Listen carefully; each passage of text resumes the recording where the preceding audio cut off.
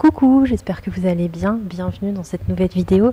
Avant de commencer à présenter le sujet, si vous vous demandez est-ce que j'ai filmé je sais pas combien de vidéos le même jour, avec le même décor, les mêmes fringues, la réponse est oui. Ça manque certainement de nouveautés, de pétillement peut-être, mais c'est la réalité de la chose, donc voilà. Et si vous n'avez rien remarqué, oubliez cette partie, faites comme si je n'avais rien dit. Donc bienvenue, aujourd'hui je voudrais parler de quelque chose qui m'a un peu surprise et dont je voulais parler. Alors, c'est une thématique qui touche le féminisme et les femmes et les États-Unis aussi, je dirais. En fait, pour tout vous dire, tout a commencé par la sortie de la chanson Espresso de Sabrina Carpenter. Je ne sais pas si vous connaissez cette artiste, c'est une américaine qui a travaillé pour Disney Channel pendant des années, comme beaucoup de grandes artistes aujourd'hui d'ailleurs, et qui commence depuis quelques mois ou quelques années vraiment à se démarquer dans le sens où elle change un petit peu son marketing, où elle propose des choses un peu plus osées, où elle a aussi changé un petit peu son look, sa façon de se présenter, sa façon d'être tout simplement, et où en fait la thématique de la chanson m'a interpellée dans le sens où voilà, elle parle dedans du fait qu'elle se fout un peu de la tronche des mecs, elle vole leur argent pour profiter en fait du système, pour acheter plein de trucs, faire plein de choses grâce à l'argent des hommes. Donc en gros, elle montre ostensiblement qu'elle n'en a rien à glandouiller, que c'est une bad girl et qu'elle assume complètement et qu'elle est très joyeuse et très heureuse avec ça et décomplexée. À côté de ça, il y a aussi l'artiste Camila Cabello qui a commencé avec une émission, comment ça s'appelle? C'est pas The Voice, je crois, c'est un autre programme où elle était dans le groupe Fifth Harmony pendant quelques années et où elle a décidé ensuite de partir et de faire sa carrière solo et de présenter un petit peu ses textes parce que ça lui manquait d'écrire et elle se reconnaissait plus trop dans ce que proposait le groupe. Pour cette artiste, c'est un peu spécial dans le sens où selon ses différents albums, selon ce qu'elle a sorti, c'est toujours assez différent, je trouve. Et une fois, une personne en avait parlé sur Internet, et je sais plus c'était qui, mais il avait tout à fait raison quand il a dit qu'on a du mal à reconnaître son style. On reconnaît sa voix parfaitement, mais c'est vrai qu'elle change tellement radicalement d'album en album, de chanson en chanson, qu'au final, on ne sait pas trop qu'est-ce qu'elle aime. Est-ce que c'est son label qui l'influence pour faire plus ça parce que ça vend davantage ou pas? Bref, c'est vrai qu'on est un peu dans le flou. Et autant elle a proposé un album Familia qui était très centré sur aussi sa famille et puis sur des sonorités très différentes de ce qu'elle a proposé avant et de ce qu'on entend à la base à la radio. Et je suis pas certaine en fait que commercialement parlant ça ait marché. Bref, je m'égare beaucoup, mais en gros ce que je voulais dire c'est que désormais, à l'heure où je vous parle, je sais pas trop quand sortira cette vidéo, mais la sortie de son prochain album est pour bientôt et elle a déjà sorti 2 chansons qui cartonnent. Et je voulais justement parler de la chanson qui s'appelle He Knows, qu'elle a sorti, et son clip est sorti aussi il y a 1 jour, 2 jours. Et c'est très intéressant parce que je trouve que ça rejoint un petit peu ce que Sabrina Carpenter est en train de faire, où elle dit, en fait, Camilla dans sa chanson, à un moment elle dit « I play him like that », donc en gros c'est un peu « je profite de lui », un peu comme si c'était une marionnette, un morceau de viande, et c'est cool.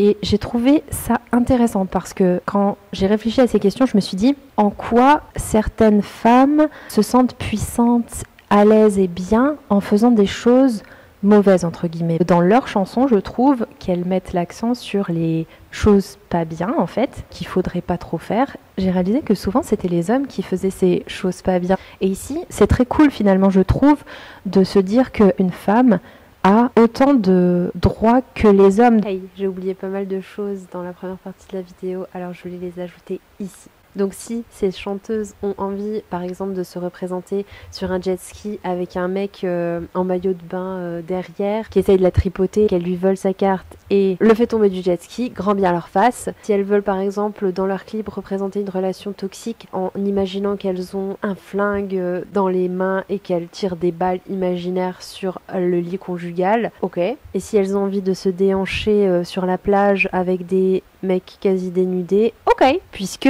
et beaucoup d'entre nous le savent déjà, par le passé notamment, il y a eu des tas de clips où des mecs, notamment 50 Cent par exemple, qui se représentaient seuls dans une villa avec plein de filles à disposition où il pouvait fantasmer et s'imaginer réaliser ses plus grands désirs, par exemple. Et que tout le monde était OK avec ça. Puisque dans les années 2000, 2010, même avant, on représentait souvent les mêmes choses, surtout dans le R&B, le rap, le reggae. Et personne ne disait rien, même si au final, avec du recul, on trouve ça un peu controversé, un peu spécial. Que ce soit au niveau de l'image qui est montrée, du message qu'on veut passer et des paroles. Et c'est vrai que des artistes comme, je sais pas, Taylor Swift, Miley Cyrus, Ariana Grande...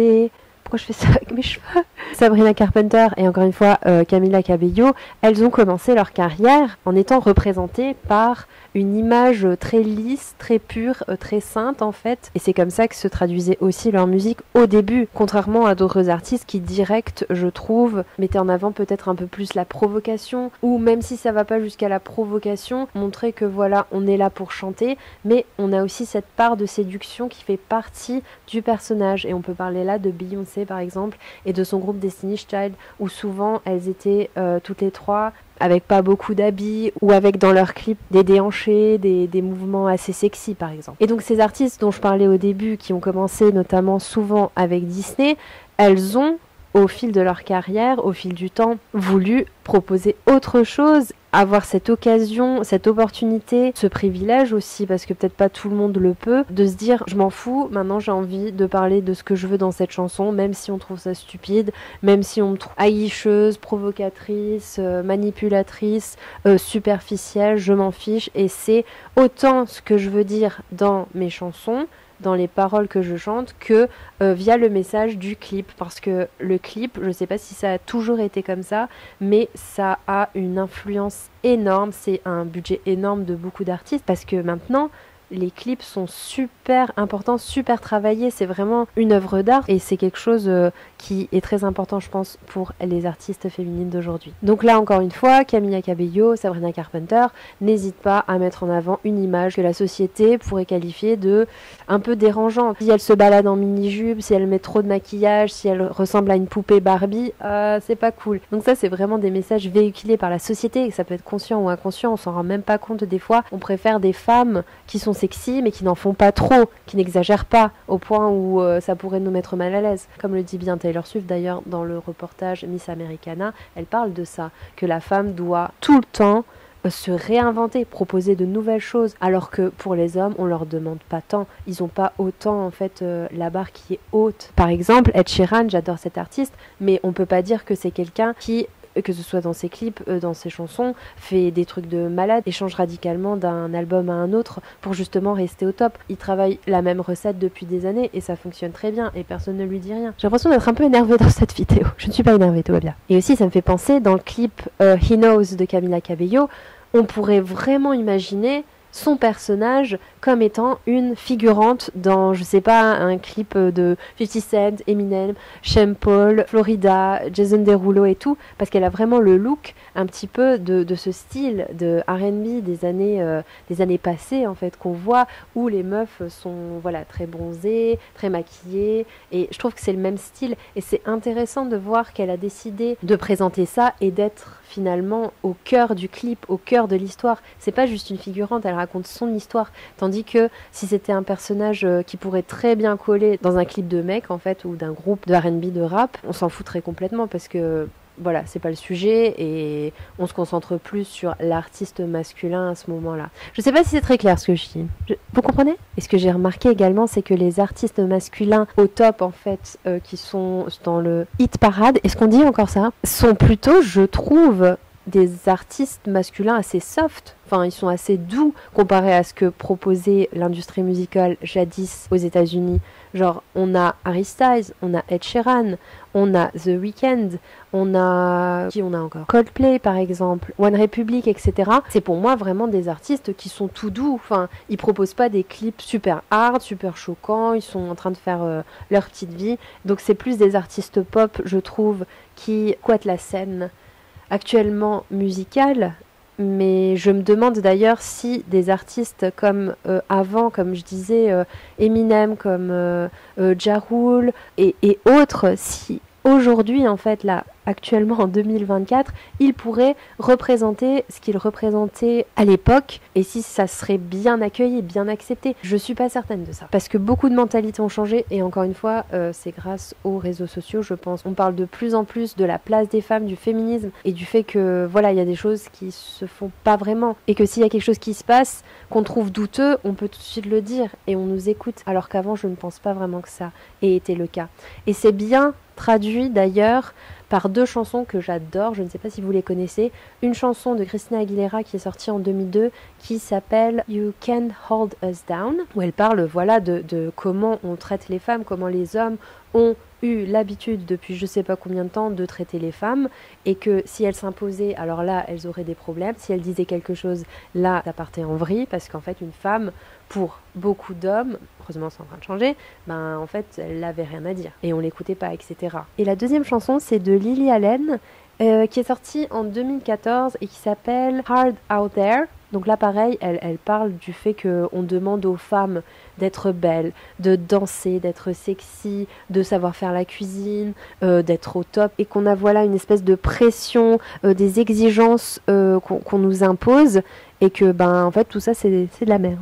Voilà. Je vous encourage à lire les paroles et à regarder les clips de ces deux artistes. Et puis j'ai l'impression qu'aujourd'hui c'est plus, peut-être que je me trompe, mais c'est plus les artistes féminines comme Billie Eilish, comme Taylor Swift, Beyoncé, Dua Lipa, Ariana Grande aussi, qui sont au sommet. Elles prennent énormément de place, on parle énormément d'elles, les interviews sont souvent centrées sur elles, alors que je trouve qu'il y a moins de notoriété par rapport à des artistes masculins. Peut-être que je me trompe, mais j'en vois beaucoup moins. Ils sont beaucoup moins visibles, ils sont beaucoup moins dans le spotlight. Et donc pour en revenir encore une fois à Sabrina Carpenter et à Camila Cabello, je trouve ça super intéressant parce que elles se permettent de casser les codes, de représenter en fait ce que dans la société les gens n'aiment pas ou les gens se sentent mal à l'aise avec ça, pour la plupart. Et faire genre aussi, c'est surtout, je trouve, Sabrina Carpenter qui le fait, où j'ai l'impression qu'elle joue le rôle de aussi la fille écervelée. On le voit très bien d'ailleurs dans son clip Espresso,